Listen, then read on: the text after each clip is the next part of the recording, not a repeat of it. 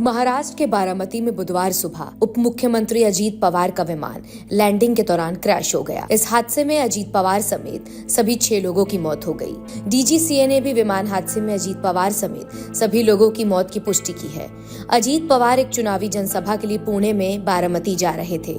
हालांकि अजीत पवार के plane crash की असल वजह जांच के बाद ही सामने आएगी, मगर शुरुआती रिपोर्ट में तकनीकी खामी की बात सामने आई है। यूरोपियन ट्रांसपोर्ट सेफ्टी काउंसिल के एक रिपोर्ट के अनुसार पूरी दुनिया में 90% प्लेन क्रैश की बड़ी वजह टेक्निकल फॉल्ट होते हैं। साथ ही खराब मौसम भी प्लेन क्रैश का जिम्मेदार हो सकता है। एविएशन सेफ्टी के अनुसार सबसे ज्यादा विमान हादसे टेक ऑफ के दौरान और फिर लैंडिंग के दौरान होते हैं। 2023 में 109 ऐसी दुर्घटनाएं हुई थीं, जिनमें से 37 टेक ऑफ और 30 लैंडिंग के दौरान हुई थी। बीते साल एयर इंडिया विमान हादसा भी टेक ऑफ के दौरान ही हुआ था। नवभारत टाइम्स की एक रिपोर्ट के अनुसार बीते 7 साल में हर साल औसतन 200 विमान हादसे हुए। दरअसल टेक ऑफ या लैंडिंग के दौरान ही अक्सर इंजन फेल हो जाते हैं। ये तकनीकी खामी के चलते होता है। अब आपको बता दें, WKW.com पर छपी एक रिपोर्ट में कहा गया है, ज्यादातर प्लेन हादसों में पायलट की गलती विमान दुर्घटनाओं का सबसे बड़ा कारण है।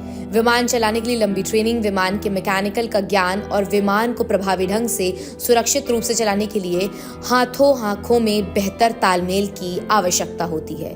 पायलटों को आगे के बारे में भी सोचना पड़ता है। उड़ानों की योजना बनाना, मौसम की जांच करना और बदलावों का अनुमान लगाना, ये सभी सुरक्षित पायलट होने की कुंजी है। विमान हादसों पर नजर रखने वाली संस्था एविएशन सेफ्टी आंकड़ों के अनुसार 2017 से 2023 के बीच दुनिया भर में 813 प्लेन क्रैश हो चुके हैं। प्लेन क्रैश की 813 घटनाओं में 1473 यात्रियों ने इन हादसों में जान गंवाई है। सबसे ज्यादा विमान हादसे लैंडिंग के दौरान होते हैं। इन 7 साल में लैंडिंग के दौरान 261 हादसे हुए। उसके बाद 212 हादसे उड़ान के दौरान ही हुए। इस दौरान भारत में 14 हादसे हुए। रिपोर्ट के अनुसार पायलट कई बार खराब मौसम में फंस जाता है या सटीक अनुमान नहीं लगा पाता तो प्लेन क्रैश हो जाता है।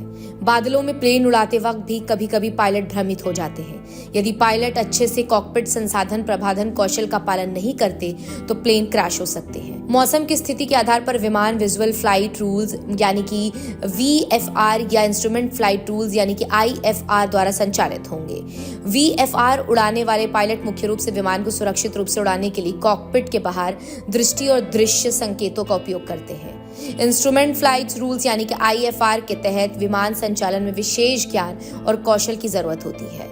अब आपको बता दें, कई मीडिया रिपोर्ट्स के अनुसार एयर ट्रैफिक कंट्रोलर यानी ATC की प्लेन की लैंडिंग और टेक ऑफ में बड़ी भूमिका होती है। ATC विमानों को एक दूसरे से अलग रखने और भीड़भाड़ वाले हवाई क्षेत्रों में उड़ानों का मार्गदर्शन करने में मदद करते हैं। ATC पायलटों से संवाद करते हैं और उन्हें उड़ान की दिशा बताते हैं और विमान को जिस ऊंचाई पर उड़ना चाहिए उसके बारे में बताते हैं। यदि ATC पायलट को गलत जानकारी देता है या उड़ानों को अलग अलग बनाए रखने में विफल रहता है तो टकराव हो सकता है।